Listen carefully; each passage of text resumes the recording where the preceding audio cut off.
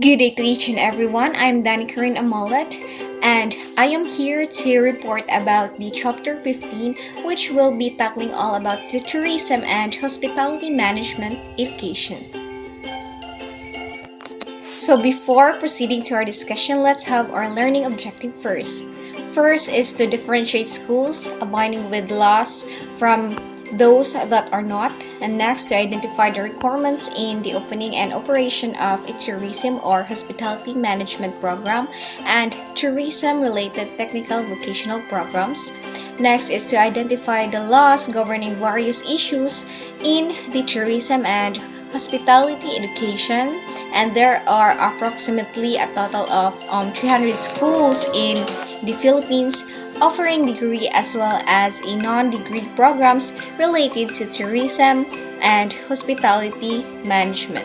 So the degree programs are governed by the rules and regulations of the Commission of the Higher Education or the CHED. So while the non-degree or certificate programs are governed by the rules and regulations of the Technical Educational and Skills Development Authority. And moving on to the next slide, we have the curriculum.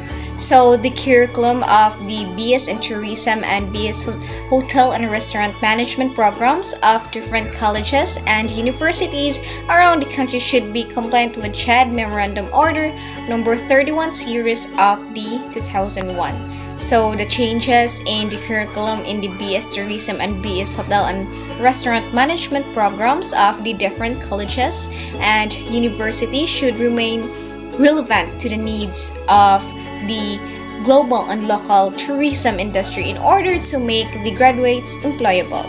So to date, Filipino tourism and HRM graduates are among the most in-demand hotel workers in the world.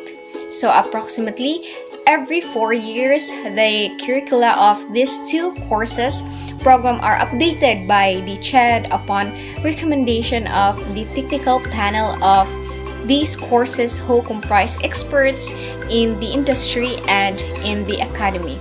So the memorandum curricular requirements consist of general education, at least 51 units in hospitality management core, 24 units, and in business education core, 18 units, and the major subject is 36 units, and practicum should be 3 units, and physical education is 8 units. And moving on to the next slide, we have the school, laboratories, and other CHED requirements. So the grant of the government recognition shall be based on full 100% compliance with the minimum requirements prescribed by the CHED in the offering of a particular program of study. So specifically in terms of faculty, library, laboratory, and administration, schools offering BS Hotel and Restaurant Management or the Hospitality Management are required to have different kinds of laboratories.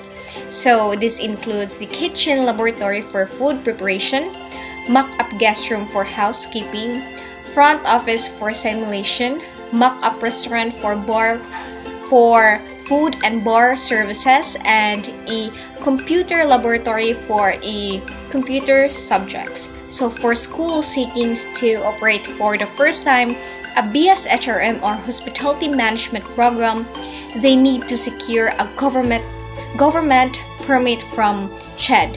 So after 1 or 2 years, they have to apply for government recognition so that graduate on the first batch of students within 4 years. One of the aspects of the instrument used by CHED in the section on laboratories. So CHED has now developed the inspection of schools to the regional offices through the regional quality assessment terms. And schools are inspected by the members of the academy and industry experts. Inspector look at the quality of the equipment or machinery appropriate for industrial use, provisions for sanitation, safety and security, and conductiveness to learning. And moving on to the next slide, we have the accreditation and the regulation of the school. So in accordance with the pertinent provision of Republic Act 7722, otherwise known as the Higher Education Act of 1994, the Commission on Higher Education hereby promulgates the revised policies and guidelines on the voluntary accreditation in aid of quality and excellence in higher education for the guidance and information of all the concerned stakeholders. So it is the declared policy of the state to encourage and assist through the CHED higher education institution, which desire to attain standard of quality over and above the minimum required by the state. For this purpose, the CHED encourage the use of voluntary non-governmental accreditation system in aid of the exercise of its regulation functions. So the CHED will promote a policy environment which supports the accreditation, non-governmental and voluntary character and protects the integrity of the accreditation process. And moving on to the next slide, we have the random drug testing for tertiary level students. So, in accordance with the provision of Republic Act No. 7722, otherwise known as the Higher Education Act of 1994 and pursuant of Section 36 of Article 3 of Republic Act 9165, otherwise known as the Comprehensive Dangerous Drugs Act of 2002, random drug testing of students in public and private tertiary higher education institution will be implemented. So the guiding principles in the implementation of these policies in the school and management of drug test results are also follows. First, government recognizes the primary responsibility of the family, particularly the parent, for the education and the awareness of its members of the effect of the dangerous drug. Next is the parental involvement shall be maximized in the implementation of drug education and random drug testing, treatment and rehabilitation of drug users and dependents. Next is the school, with the assistance of the local government units and other agencies where the school is located, has the obligation to employ every reasonable means to provide a healthy and drug-free environment to its populace. And next is the cognizant of the right of the students to continue and complete their studies, and the government and the school shall gives emphasis to the implementation of measures aimed at guidance and counseling together with the treatment and rehabilitation of any student found to have or used to be dependent on dangerous drugs. And moving on to the next slide, we have the tertiary education equivalency. So CMO 21 series of 1997 provides the policies and guidelines on the implementation of the expanded tertiary education equivalency and accreditation program. So pursuant to Executive Order 330. So many of the practitioners in the tourism and hospitality industry were not able to complete college degree because of the various reasons.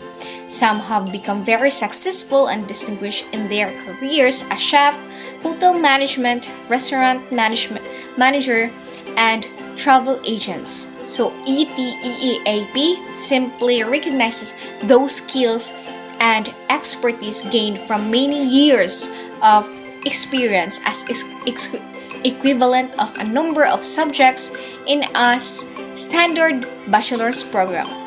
So this now allows undergraduate to complete their degrees in such a much shorter time. In some cases, the bachelor degrees are allowed without taking any more additional units.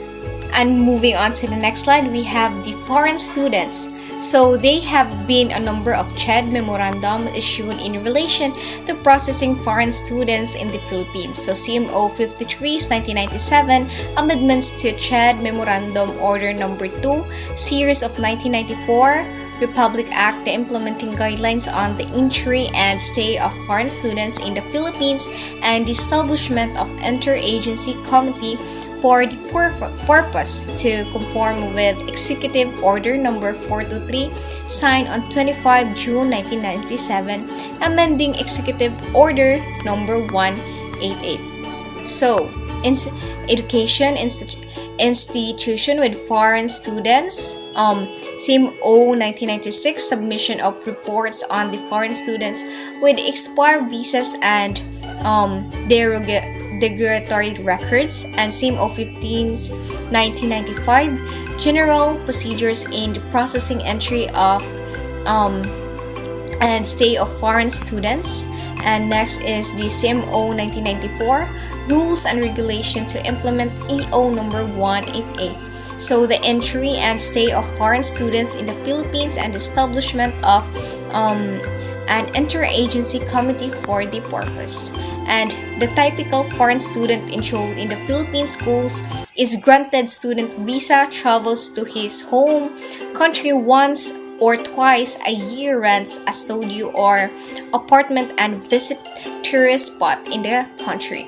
So the school must ensure that all the documents of the foreign students are in order before admitting or enrolling the student. And many of these foreign students comes and studies in the Philippine colleges and universities for various reasons.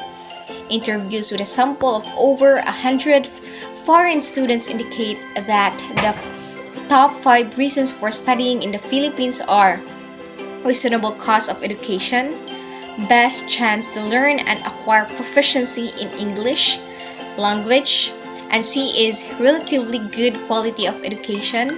And next is recommendation of the friends, colleges, and relatives. And next is proximity to home country.